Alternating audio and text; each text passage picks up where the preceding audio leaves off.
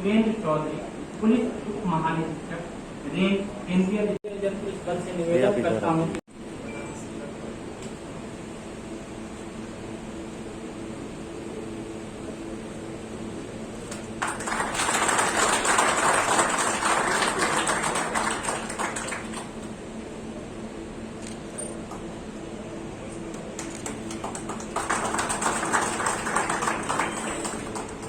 अब मैं Shri Anil Singh, brand ambassador, पर्यावरण एवं वन विभाग, उत्तर प्रदेश सरकार से आग्रह करता हूं कि कृपया मंच पर आएं और मुख्य अतिथि महोदय को रुद्राक्ष का पौधा देकर सम्मानित करें।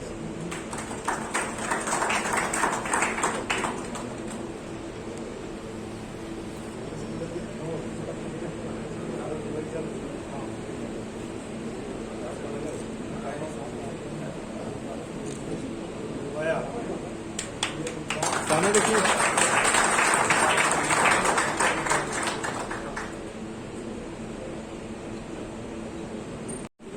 अब मैं पुलिस उप महानिरीक्षक रेंज चंदौली, केंद्रीय रिजर्व पुलिस बल से निवेदन करता हूं कि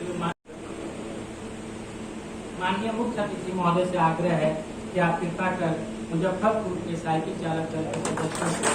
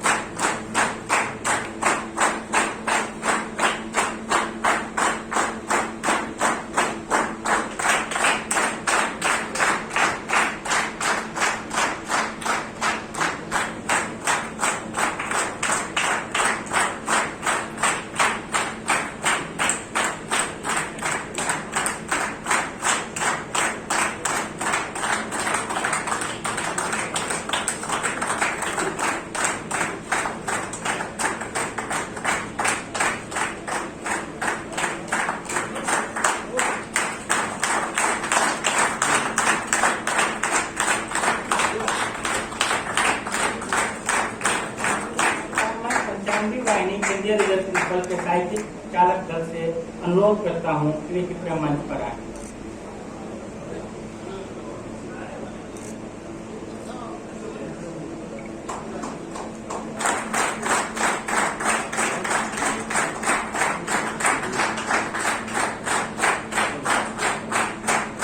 माननीय मुख्य अतिथि महोदय से आग्रह है कृपया करके 95वीं वार्षिक केंद्रीय साइकिल चालक दल के सदस्यों का अभिनंदन करने जा रहा है।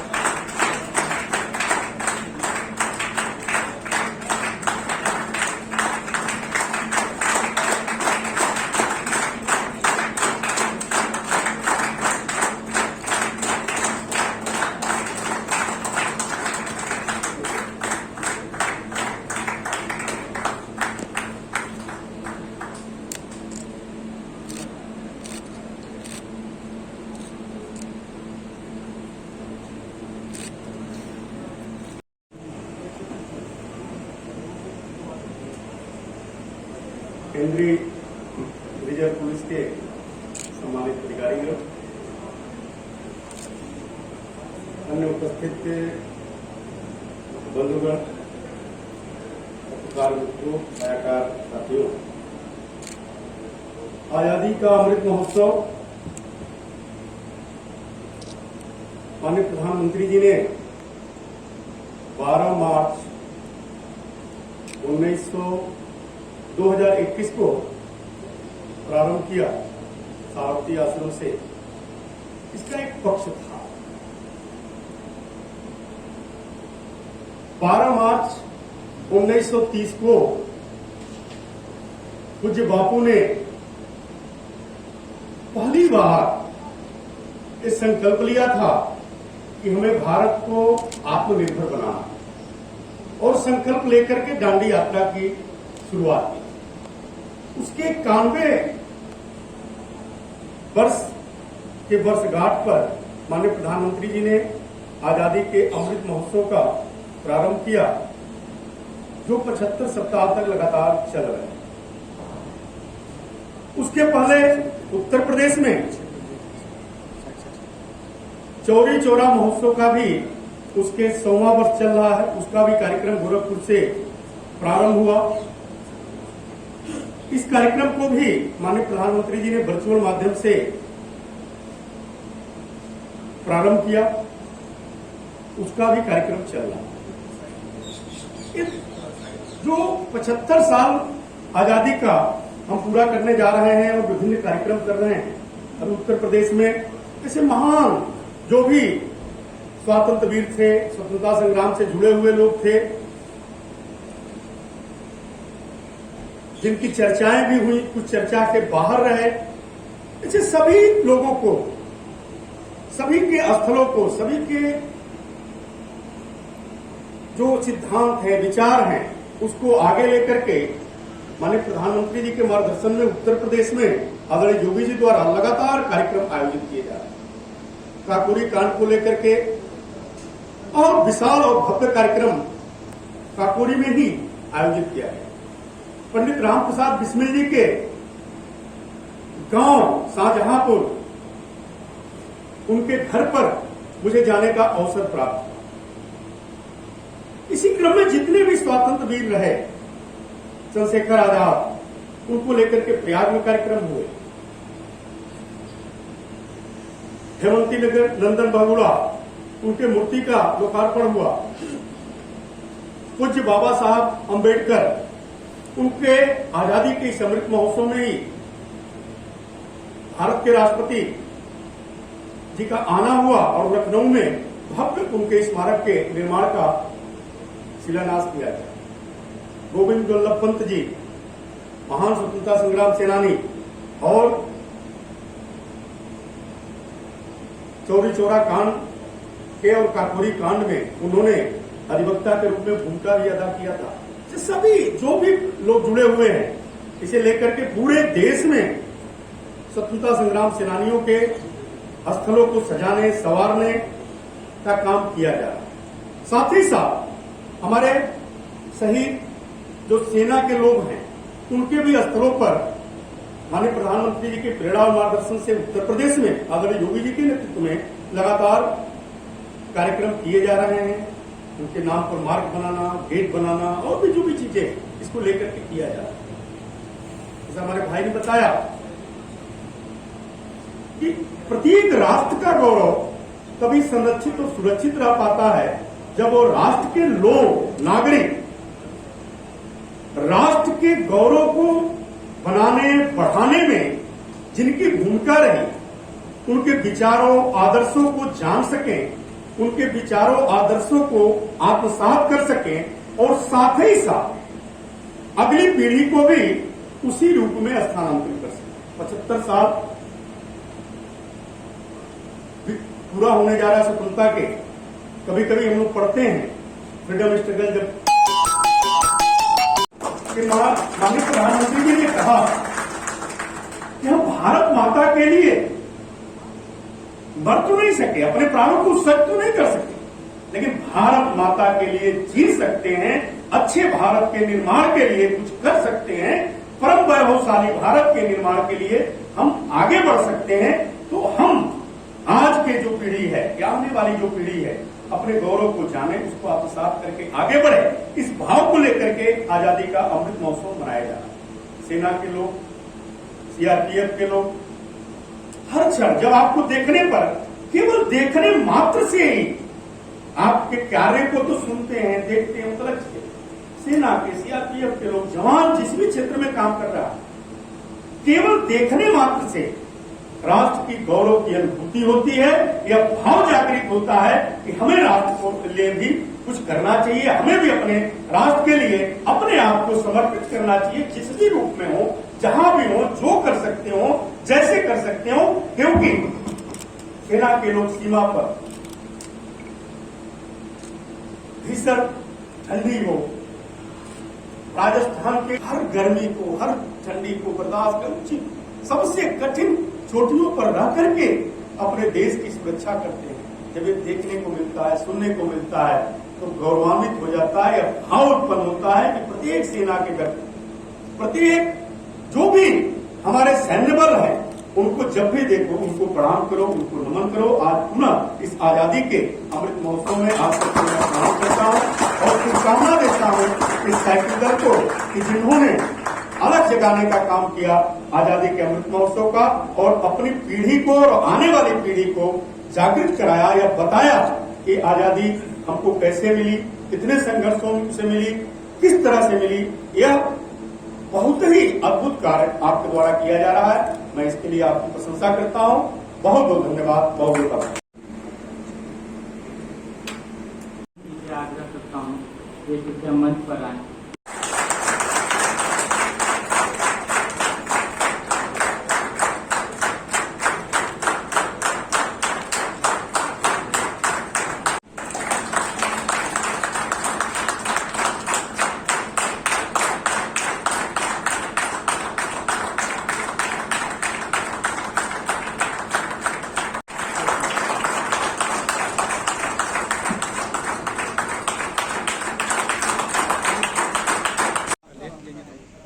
अच्छा लगेगा ना इसके साथ।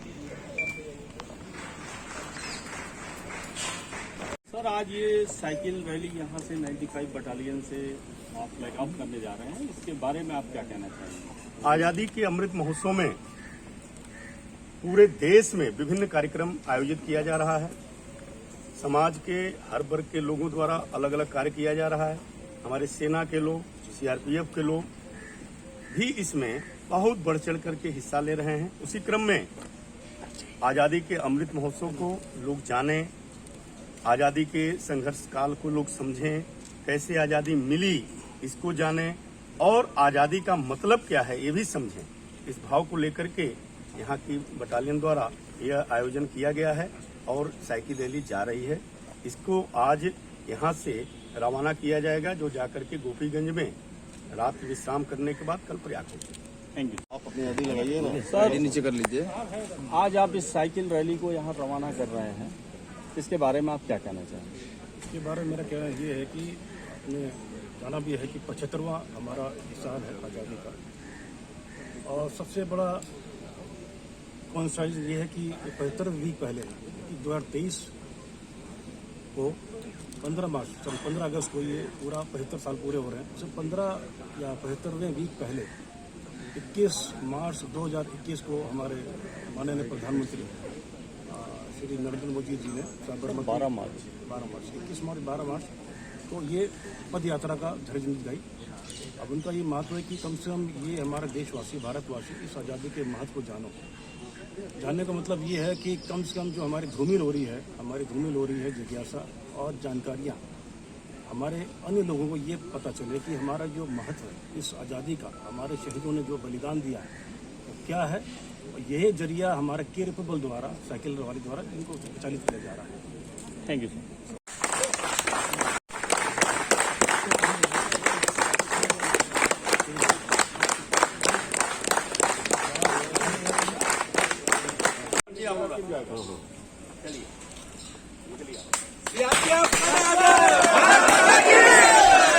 भारत माता के, भारत माता के, भारत माता के, भारत माता के।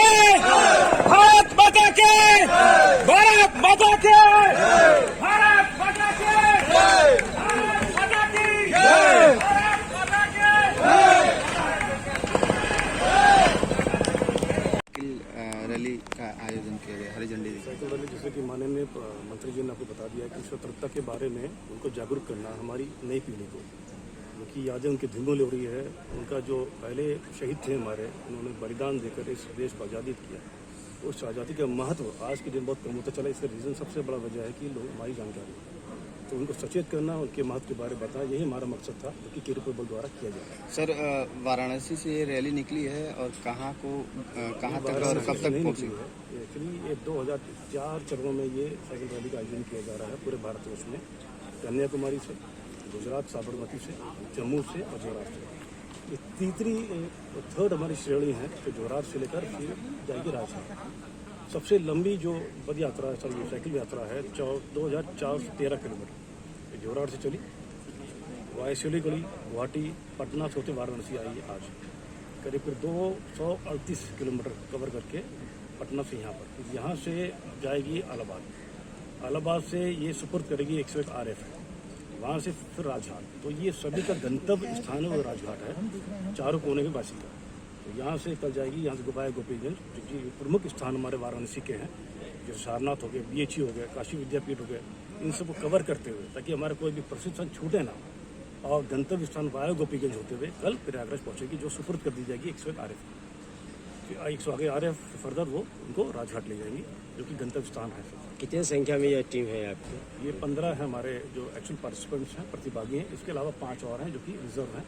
बीच में अगर किसी परेशानी होती है या कोई आपदा आती है तो उनको टिकट टेक कर सके, ये यात्रा रुके ना। ठीक।